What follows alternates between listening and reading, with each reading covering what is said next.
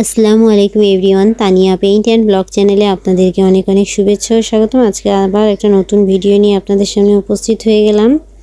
আজকে দেখাবো একটা ফুলের ভিডিও। এই জন্য আমি কমলা কালারের উল সুতো নিয়ে নিয়েছি। প্রথম লাইনে আমি ক্রস ঘর করে নিয়েছি একটা, দ্বিতীয় লাইনে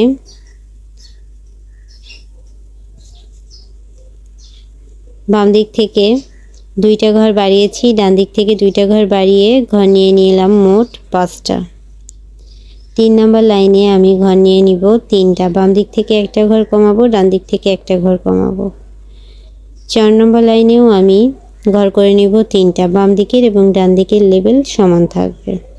এরপর আমি কলাপাতা কালারের সুতো নিয়েছি, আমি ঠিক মাঝখানের ঘর বরাবর ঘর নিলাম একটা, তারপর ডান দিক থেকে একটা ঘর বাড়িয়ে নিলাম,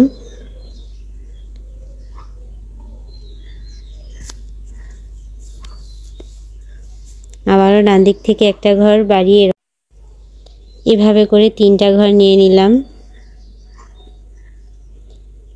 এরপর 4 নম্বর লাইনে আমি সেই বরাবর অর্থাৎ ডান দিকে লেবেল সমান রেখে পরপর লম্বালম্বি ঘর করে নিব 7টা।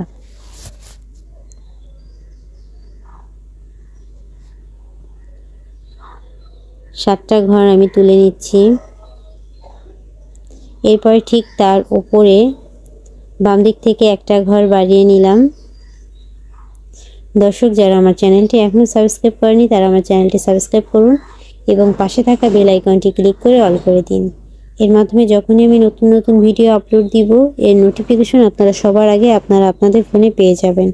এরপর ঠিক তার মাথা থেকে আমি ঘর নিয়ে নিব মোট 3টা এবং তারপরে কর্নার থেকে আবার একটা ঘর বাড়িয়ে নিলাম। এরপর ঠিক নিচ লাইন থেকে আমি আবারও ঘর বাড়িয়ে নিব, অর্থাৎ ওই লেবেল বরাবর আমি ঘর বাড়িয়ে নিব মোট 6টা। 6টা ঘর টানা আমি এভাবে করে বাড়িয়ে নিব।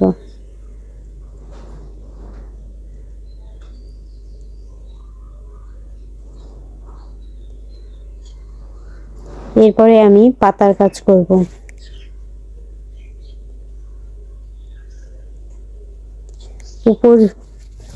উপরে আমি কমলা কালার সুতো দিয়ে আবারও একটা ফুল করে নিচ্ছি। প্রথমে 3টা ঘর নিলাম, আবারও 3টা ঘর নিব,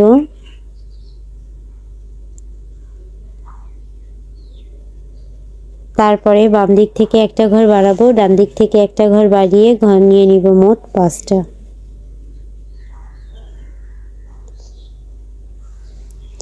4 নম্বর লাইনে আমি 3 নম্বর ঘর বরাবর একটা ঘর নিয়ে নিব, অর্থাৎ ফুলের নিয়মগুলো সব একই।